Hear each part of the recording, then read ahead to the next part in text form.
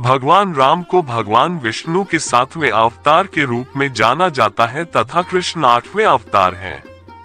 राम शिष्टाचार और सदाचार के प्रतीक हैं, मूल्यों और नैतिकता के प्रतीक हैं। राम मर्यादा पुरुषोत्तम है, जिसका अर्थ है पूर्ण पुरुष। ऐसा माना जाता है कि भगवान राम ने बुरी ताकतों को नष्ट करने के लिए पृथ्वी पर जन्म लिया था। हिंदू मान्यता के अनुसार राम त्रेता युग में रहते थे।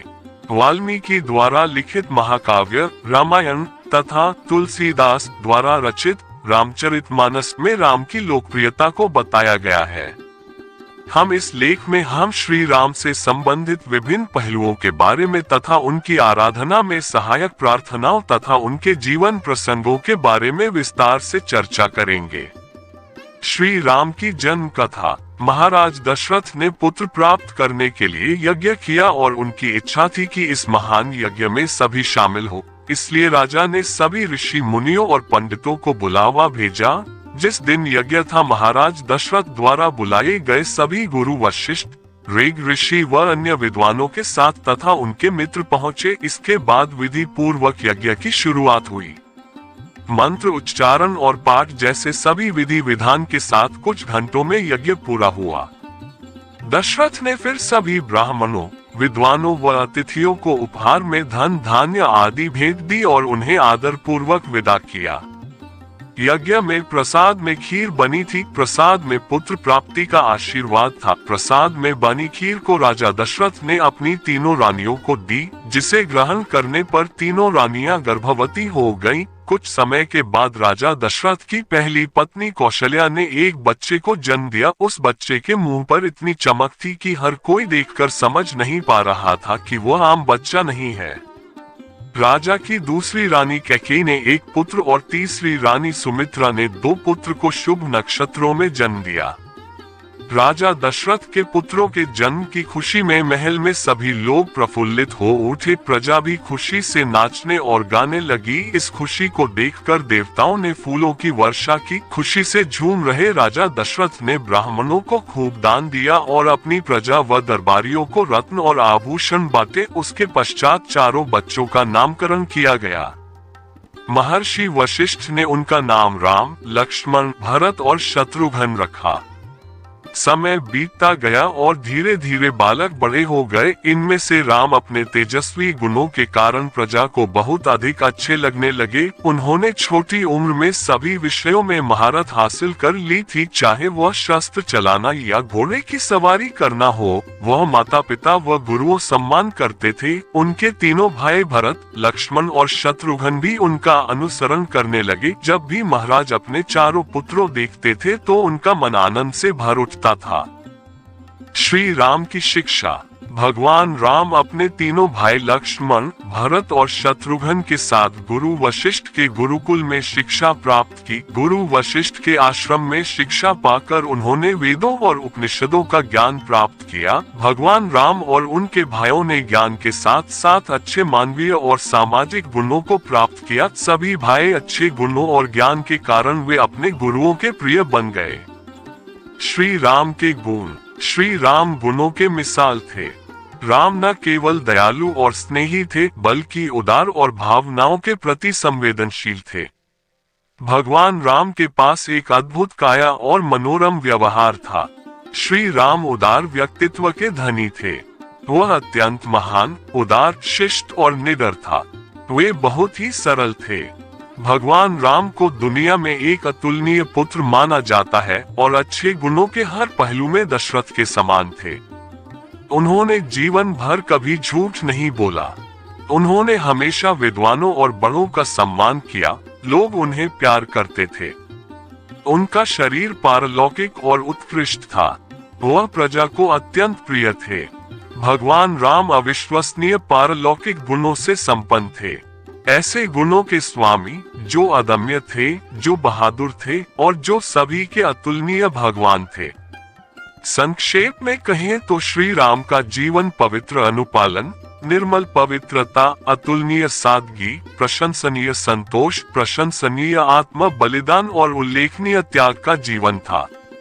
श्री राम का परिवार। राम के पिता राजा दशरथ हैं और उनकी माता रानी कौशल्या हैं। राम का जन्म त्रेता युग के अंत में हुआ था और वे विशेष रूप से लंका के राजा, भयानक बहुसिर वाले राक्षस राज रावण से निपटने के लिए देवताओं के बोलने पर दुनिया में अवतरित हुए थे। महान भगवान विष्णु ने देवताओं की पुकार का उत्तर दिया और दशरथ द्वारा किए गए यज्ञ में प्रकट हुए। राम के 3 सौतेले भाई थे, भरत, लक्ष्मण और शत्रुघ्न। सभी में दैवीय गुण थे। राम के प्रिय भाई और महान साथी सुमित्रा के पुत्र लक्ष्मण थे तथा राम का विवाह जनक नंदिनी सीता से हुआ, जबकि उनके सेवक वानर योद्धा हनुमान थे। क्यों हुआ सीता का स्वयंवर? राजा जनक के घर में भगवान शिव का धनुष रखा हुआ था, जिसे कोई भी व्यक्ति आसानी से उठा नहीं सकता। लेकिन एक दिन सीता जी ने घर की सफाई करते समय उस धनुष को उठाकर दूसरी जगह पर रख दिया। इसे देखकर राजा आश्चर्यचकित हो गए। उसी समय पर उन्होंने ये प्रतिज्ञा ली, जो भी इस धनुष पर प्रत्यंचा चढ़ाएगा उसी से मैं अपनी पुत्री सीता का विवाह करूंगा। उन्होंने सीता स्वयंवर की तिथि निर्धारित की और सभी देश के राजा और महाराजाओं को इसके लिए निमंत्रण भेजा। श्री राम का सीता से विवाह। राम का पहला साहसिक कार्य तब हुआ जब ऋषि विश्वामित्र ने राक्षस से लड़ने में मदद मांगी। राम और लक्ष्मण कौशल के उत्तरी राज्य की राजधानी अयोध्या में अपने बचपन के घर को छोड़कर विश्वामित्र के पीछे उनके घर गए और वहां एक भयानक राक्षसी तारका को मार डाला। कृतज्ञता में ऋषि ने राम को दिव्य हथियार दिए। तत्पश्चात वे गुरु की आज्ञानुसार आगे की ओर निकल पड़े। वहां विदेह के राजा जनक ने राम का बहुत आदर सत्कार किया और वह राजा की सुंदर बेटी सीता, जिसे जानकी या मैथिली भी कहा जाता है, से मिले। राजा जनक ने राजकुमारी सीता का विवाह उसी से करने का फैसला किया था जो शिव धनुष पर प्रत्यंचा चढ़ा सके। एक एक कर सभी ने धनुष उठाने की कोशिश की, लेकिन कोई भी इसे उठा ना सका। उसके पश्चात गुरु की आज्ञा पाकर राम धनुष पर प्रत्यंचा चढ़ाने लगे, तभी धनुष टूट गया। फिर बड़ी ही धूमधाम से राम और सीता का विवाह हुआ। इस खुशी के मौके पर सभी देवताओं ने फूलों की वर्षा की। श्री राम का वनवास। अयोध्या के सिंहासन के लिए राम के उत्तराधिकार को उनकी सौतेली मां कैकेयी की कुबड़ा दास मंथरा ने मुश्किल बना दिया था। राम से ईर्ष्या के कारण उसने दशरथ की दूसरी पत्नी कैकेयी की राय में खटासला दी और भरत को सिंहासन का उत्तराधिकारी बनाने के लिए अपने पति को मनाने के लिए राजी कर लिया। इसके अलावा राम को 14 वर्ष के लिए राज्य से वनवास दिया गया था।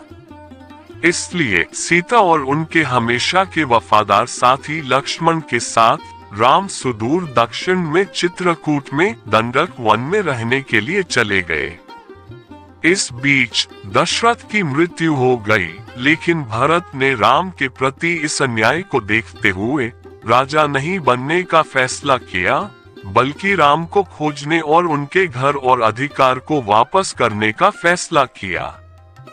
जब दोनों भाई एक बार फिर मिले तो राम ने अयोध्या लौटने से इनकार कर दिया जब तक कि वे अपने पिता की इच्छा को पूरा नहीं कर लेते।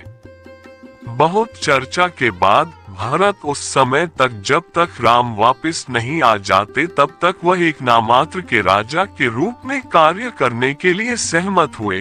तब उन्होंने राम के प्रतीक के रूप में अपने भाई के जूते ले लिए और उन्हें राज सिंहासन पर आरूढ़ कर दिया। श्री राम और रावण का संघर्ष। राम अपने शेष वनवास में स्थिर नहीं रहे, लेकिन कई ऋषियों के पास गए। आखिरकार वह गोदावरी नदी के किनारे पंचवटी में समाप्त हो गया, जो राक्षसों से ग्रस्त क्षेत्र था। एक विशेष रूप से रावण की बहन शूर्पणखा को राम से प्यार हो गया और जब उसकी प्रगति का विरोध किया गया तो उसने बदला लेने के लिए सीता पर हमला किया।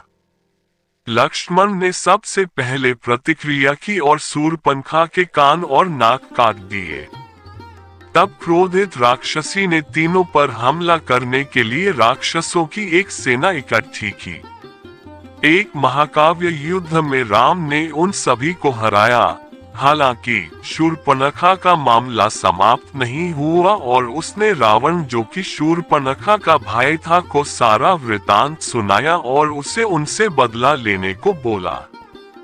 तदनुसार राक्षस राजा ने राम के घर की तलाश की और जब राम एक हिरण, जो वास्तव में रावण के जादूगर मारीच था, की तलाश में घूम रहे थे, सीता का अपहरण कर लिया। उन्हें अपने हवाई रथ में लंका में बंदी बनाकर रखा गया। राम ने पीछा किया, लेकिन रास्ते में उन्हें कई मुसीबतों का सामना करना पड़ा। पहला सिरविहीन राक्षस का बंध था। उसको मुक्त करने पर उसकी दिवंगत आत्मा बहुत अधिक मददगार साबित हुई और राम को सलाह दी कि रावण का सामना करने से पहले आपको वानरों के राजा सुग्रीव की मदद लेनी चाहिए। सुग्रीव की राजधानी किष्किंधा में उनके आगमन पर ये देखते हुए कि राजा ने अपने भाई बाली को अपना सिंहासन खो दिया था, राम ने सुग्रीव को सत्ता में बहाल करने में मदद की।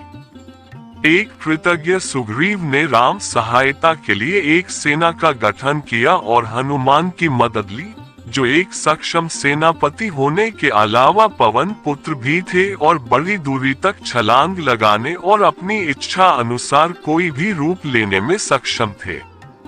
ये वह था जिसने विश्वकर्मा के पुत्र कुशल नायक नल तथा नील द्वारा निर्मित ब्रिज को पार करते हुए राम और उनकी सेना को लंका पहुंचाया। राम की सेनाओं और राक्षसों के बीच कई युद्धों की एक श्रृंखला हुई, लेकिन अंततः रावण मारा गया। लंका पर राम की विजय हुई और राम अपनी पत्नी सीता से मिल गए और वापस अपनी नगरी अयोध्या लौट गए। श्री राम का चित्रण। राम हमेशा युवा होते हैं और आमतौर पर हरे या नीले रंग की त्वचा होती है। एक धनुष और तीर रखते हैं और एक पीला वस्त्र पहनते हैं। उन्हें अक्सर सीता, लक्ष्मण और हनुमान के साथ देखा जाता है, जिन्हें सामूहिक रूप से राम के परिवार या राम परिवार के रूप में जाना जाता है। राम राज्य क्या है? ये सच है कि लाखों हिंदुओं के लिए राम और राम राज्य सुशासन, प्रगति, समृद्धि और शांति के प्रतीक है, शासन का आदर्श रूप। प्राचीन शास्त्र हमें बताते हैं कि राम के शासन काल में दर्द, गरीबी, बीमारी, शोक या भेदभाव के लिए कोई जगह नहीं थी। उन्होंने तत्काल न्याय प्रदान किया। सत्य और अहिंसा वे पंथ थे जिनका लोगों ने पालन किया, बिना किसी जबरदस्ती और स्वतंत्र नैतिक जिम्मेदारी और आत्म अनुशासन के रूप में। राम के इस व्यवहार के कारण वह प्रजा में अत्यधिक लोकप्रिय बन गए।